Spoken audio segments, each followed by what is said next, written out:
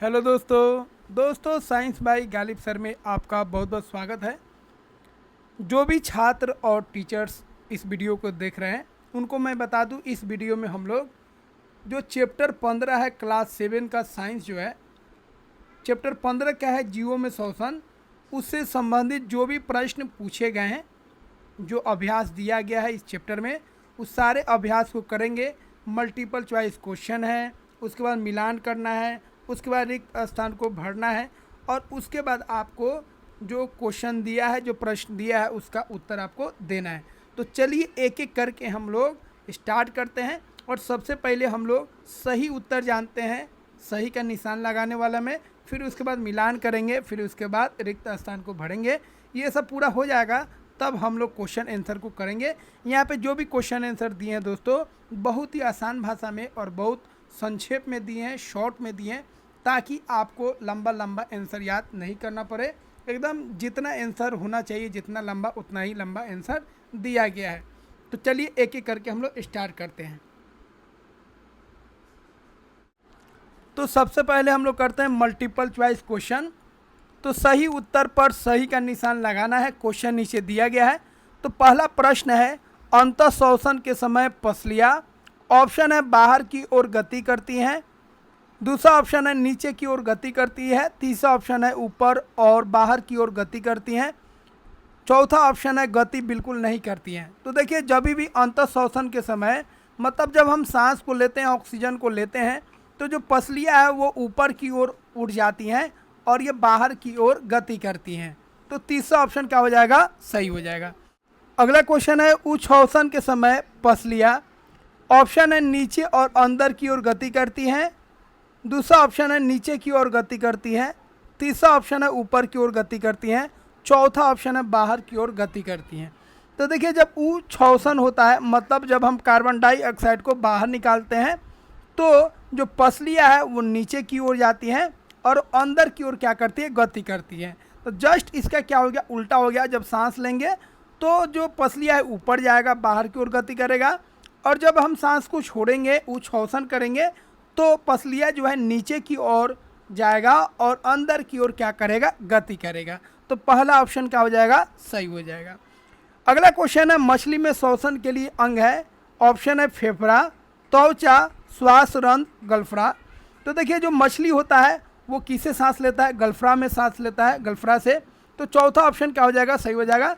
अगला क्वेश्चन है, श्वसन के फलस्वरूप निकलने वाली गैस है, ऑप्शन है हाइड्रोजन, नाइट्रोजन, ऑक्सीजन और कार्बन डाइऑक्साइड। तो श्वसन के दौरान जो हम लोग गैस लेते हैं, ऑक्सीजन लेते हैं, और कौन गैस निकलता है, कार्बन डाइऑक्साइड गैस निकलता है। चौथा ऑप्शन क्या होगा, सही हो जाएगा। जो भी छात्र और जो भी टीचर्स या जो भी दोस्त इसको देख रहे हैं, वो इसको, मतलब इसका PDF भी आप आसानी से डाउनलोड कर सकते हैं। डिस्क्रिप्शन में लिंक दिया गया है, वहाँ से आप इसको डाउनलोड कर लीजिए। अब हम लोग फ्रेंड्स क्या करेंगे, अब हम लोग इसका मिलान करने वाले क्वेश्चन करेंगे। तो देखिए, मिलान वाला कैसे करेंगे, कॉलम A और कॉलम B दिया है, आपको मिलान करना है। तो रंध्र से कौन सांस लेता है, तो रंध्र से सांस लेता है कौन, पौधा। तो पौधा में छोटा छोटा रंध्र होता है, ठीक है, पत्ता में, उसी के द्वारा वो सांस लेता है, मतलब गैस को अंदर लेता है, फिर गैस को बाहर छोड़ता है। फेफड़ा के द्वारा कौन सांस लेता है, तो मनुष्य जो होते हैं और जानवर जो होते हैं वो फेफड़ा के द्वारा सांस लेते हैं। गलफड़ा के द्वारा कौन सांस लेता है, मछली लेता है। और त्वचा के द्वारा केचुआ जो होता है वो सांस लेता है।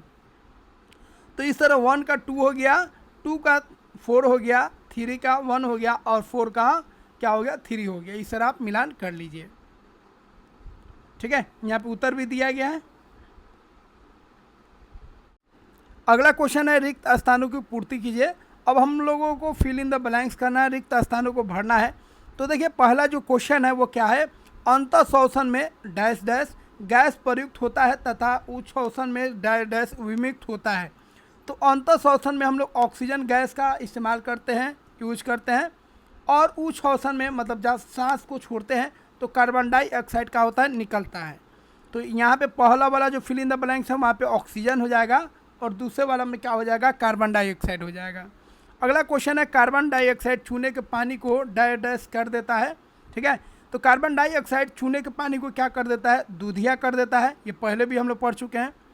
अगला क्वेश्चन है ऑक्सीजन की उपस्थिति में होने वाली श्वसन को डैश डैश कहलाती है।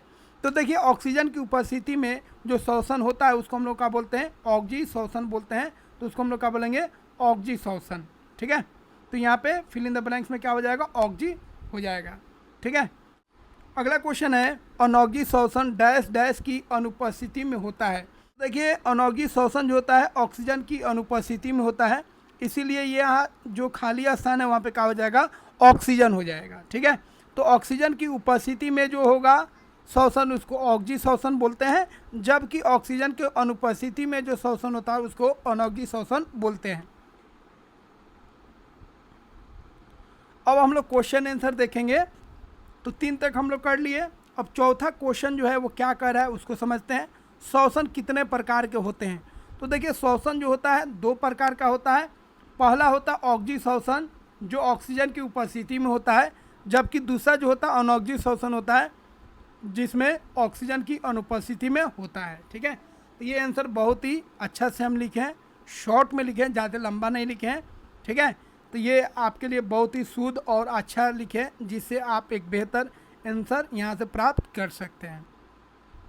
अगला क्वेश्चन है अनौक्जी श्वसन क्या है। तो अनौक्जी श्वसन वह प्रक्रिया होता है जिसमें ऑक्सीजन की अनुपस्थिति में भोजन का क्या होता है, अपघटन होता है, और इसमें ऊर्जा के साथ साथ अल्कोहल और लैक्टिक अम्ल भी बनता है।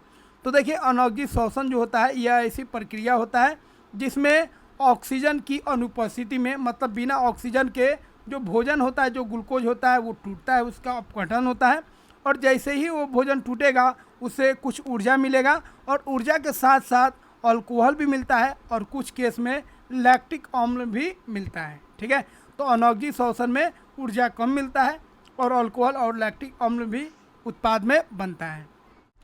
अगला क्वेश्चन है श्वसन की क्रिया में ऑक्सीजन का महत्व बताइए।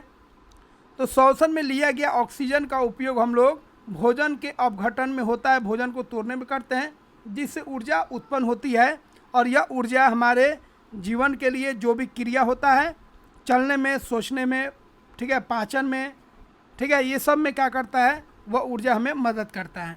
तो अगर हम श्वसन में ऑक्सीजन नहीं ले पाएंगे तो जो खाना है, जो ग्लूकोज है वो नहीं टूटेगा और उससे ऊर्जा प्राप्त नहीं होगा, और ऊर्जा प्राप्त नहीं होगा तो हम कोई भी काम नहीं कर सकेंगे।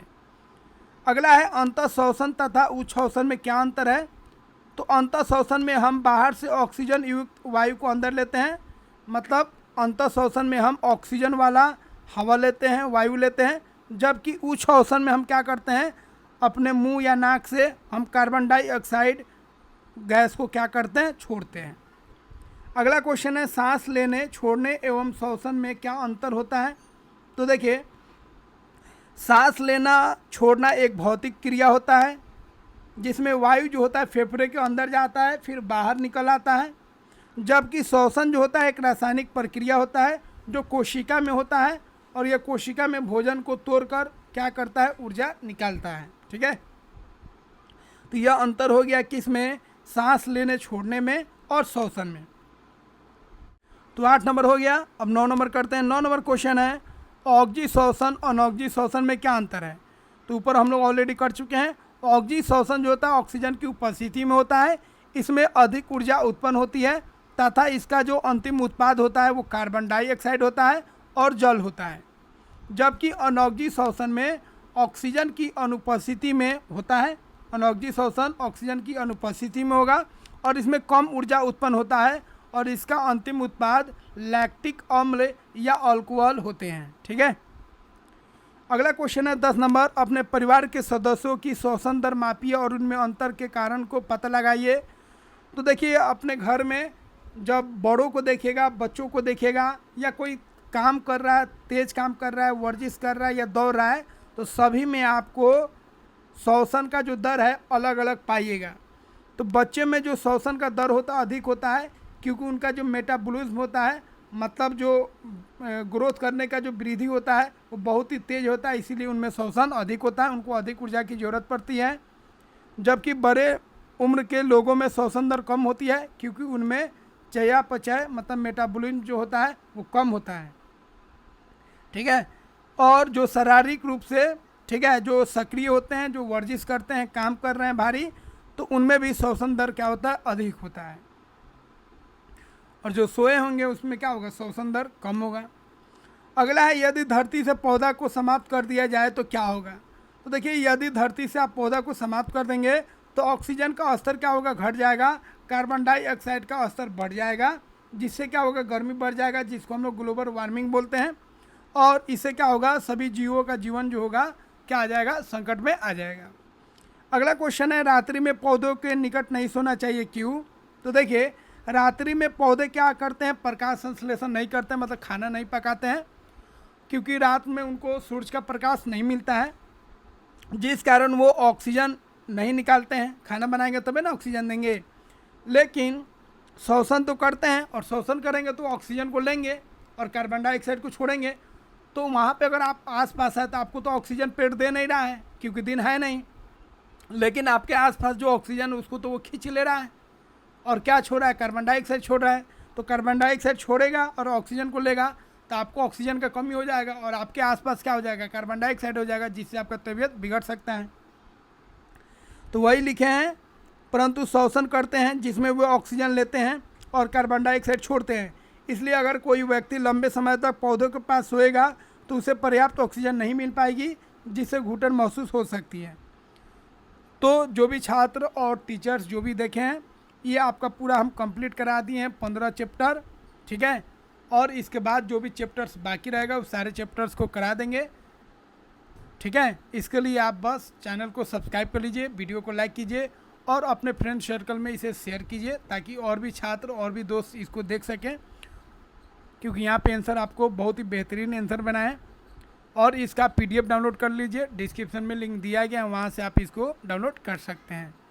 तो जो भी छात्र और टीचर्स देख रहे हैं उनका सभी का धन्यवाद। मिलते हैं अगले वीडियो में। जय हिंद।